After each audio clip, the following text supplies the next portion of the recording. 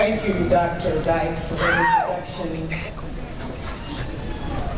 To Dr. Betty Vanden Bosch, Gregory Marino, to all of the Board of Trustees and the Deans, administration, faculty, staff, family members of these graduates, and especially to you, all of the graduates of Kaplan University.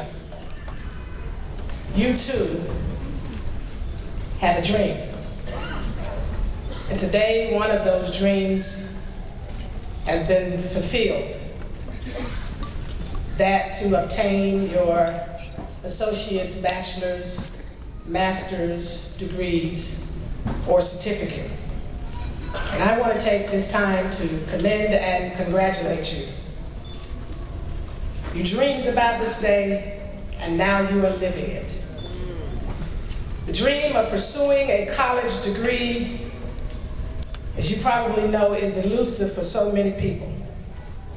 And so you are in a class that is distinguishable, and to whom much is given, much is required. As you complete this chapter of your life and begin a new chapter, I want to say that you are a winner. Today you are a winner.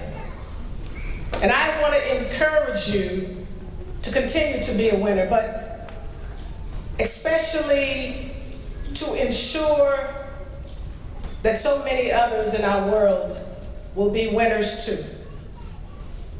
Because the reality is that there are so many people across the length and breadth of this nation and world who are not winning.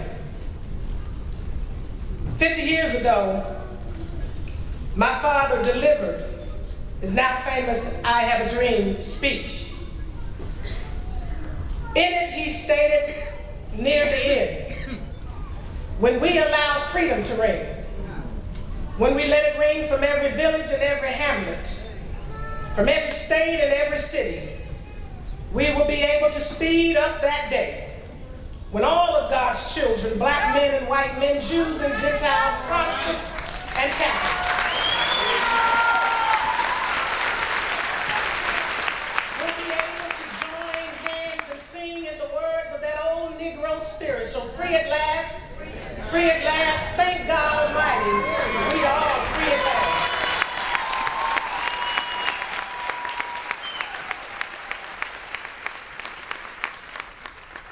But some 50 years later, that freedom is still so elusive for so many of our brothers and sisters all across this world. When I think about the number of lives, young lives, that are being snuffed out right here in the city of Chicago from gun violence, when I think about the number of people all across this nation and world who go to bed hungry every night, when I think about the number of people who live in our nation but do not have a livable wage, when I think about the number of people in our nation, young people who do not have equal education, when I think about the number of people who are living in the Middle East, in parts of Africa, who are just wanting the freedom to participate in their government, it tells us that we still have tremendous work to do in our world. Yes, the triple evils that my father talked about, the triple evils of poverty, racism, and militarism are still alive in our midst. And we all have a responsibility to ensure that we win in this world. It was the great educator Horace Mann who in fact said, "Be ashamed to die until you have won some victory for humanity." I want to say that again. Be ashamed to die until you have won some victory for humanity. My father said it like this: if you have not found something worth dying for, you are not fit to live.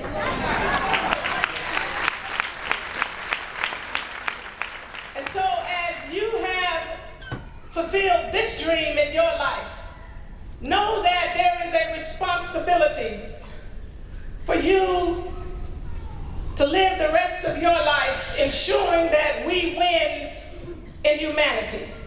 Because life has drafted all of us into the battle to advance humanity. And we must win. We cannot lose, not just for ourselves, but for the next generation. And yes, many of you have stories along your life route that you can talk about, and how you had to face so many obstacles to get to this day. You had to fight through distractions. You had to move over diversions. And there were moments when you probably got weary on that journey, but you didn't quit. And that's commendable. Yeah. So in this battle of life, where we are all called to ensure that we win for humanity, rest if you must, but don't you quit, because the victory is assured. Our world needs you. In fact, our world is waiting on you. There is a problem with your name on it. There is a question that you have the answer to. And so there's a responsibility now on your shoulders as you continue your life's journey.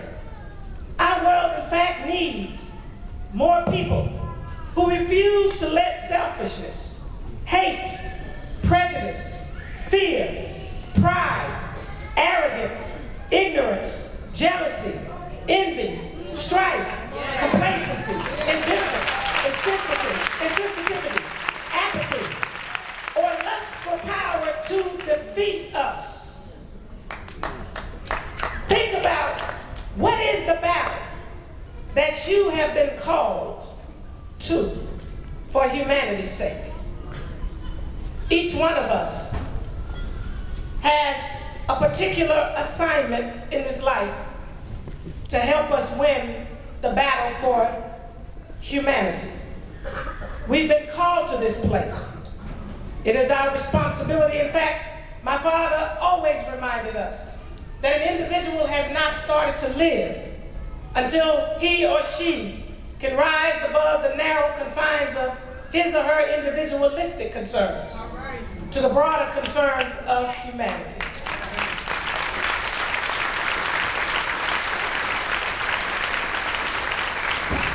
And so on this day, I want to encourage you and challenge you to live a life of service to humanity. No matter what your profession, no matter what your vocation, no matter what your avocation, be contagious with the winning spirit. There are too many people who feel like they've lost in life. There are too many people that are on the verge of giving up. There are too many people, as I'd like to say, who don't have the freedom to participate in government, the freedom to prosper in life, the freedom to peacefully coexist. And so they need other individuals to come alongside of them in that battle for them to have those freedoms. And so live a life of service and live it in a contagious manner, so that the more people that join in this battle for humanity, we are assured to win against those things that I just talked about. You are a special crop and group of people. You have special assignments. This day is the beginning of a defining moment in your life. As you think about where we are in our nation and our world, in this 50th anniversary year, as we measure how far we've come since the dream that my father prophetically spoke to this nation, what is it that you must do so that we can overcome those things that continue to seek to defeat us and divide us? What is it that we must conquer? As you continue to fulfill your dreams, the tenacity and the commitment that brought you to this defining moment. My father understood that intelligence alone is not enough. It is intelligence plus character that is the true goal of education.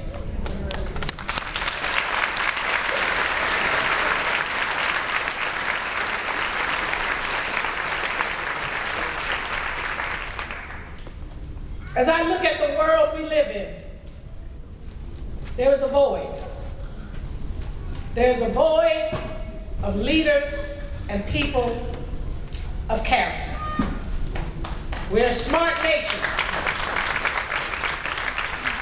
But what will make our nation even greater and our world the greatest is when there are individuals who ensure that they live a life of character, that they lead with character, with intelligence, with integrity. My father certainly was an educated leader with character and integrity. Just like many of you, he was an ordinary individual, although some people think he was a superhuman.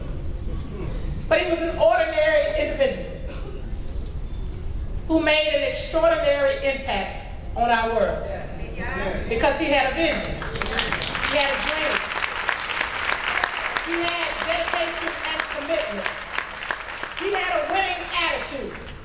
He was not going to let segregation defeat them in the South because he saw another South. He envisioned another nation. He saw another world. He was not going to let the hate and hostility of some of his white brothers and sisters keep him ensnared in negativity because he had a vision of winning for people all across the world. My father was a winner. You are a winner. And our world is in desperate need of more leaders like him. And you, again, have what the world is waiting for. The world needs you. It needs your gifts. It needs your talents. But more importantly, it needs your heart to serve. In the absence of that heart to serve, we are on a terrible and a vicious cycle of death and destruction. But I believe on this day, there are men and women who are determined to take this moment and make a massive contribution to humanity. I implore you to take your degrees and answer the call. Because if you don't do it, who will? If it's not done now, then when will it be done? And if it's not done starting right here, even in Chicago, where will it be done? There's a story told about these two young gentlemen, boys in fact. They were out at recess one day at their school, and they found this little bird. And they decided that they wanted to play a trick on their teacher. And so they started talking amongst themselves, and they came up with this notion. They said, look, when we find our teacher, let's ask her this question. Miss Smith, is the bird dead or alive? And if she says it's dead, then we'll crush it and kill it. But if she says it's alive, then we'll let it go. They said, we're going to get her now.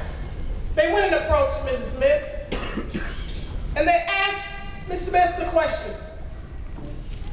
Miss Smith, one of us has a bird in our hand, and we want to know from you whether this bird is dead or alive. Of course, Miss Smith didn't quite know how to answer the question. She scratched her head a little bit.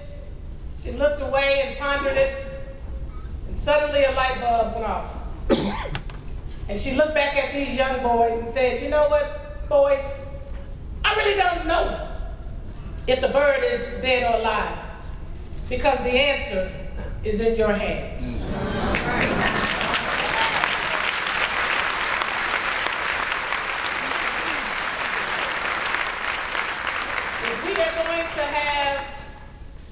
world filled with dignity, if we're going to have a peaceful world society, if all people are going to have an opportunity to live where they can fulfill their dreams and be a winner, the answer is in your hand. Continue to go and serve humanity. God bless you.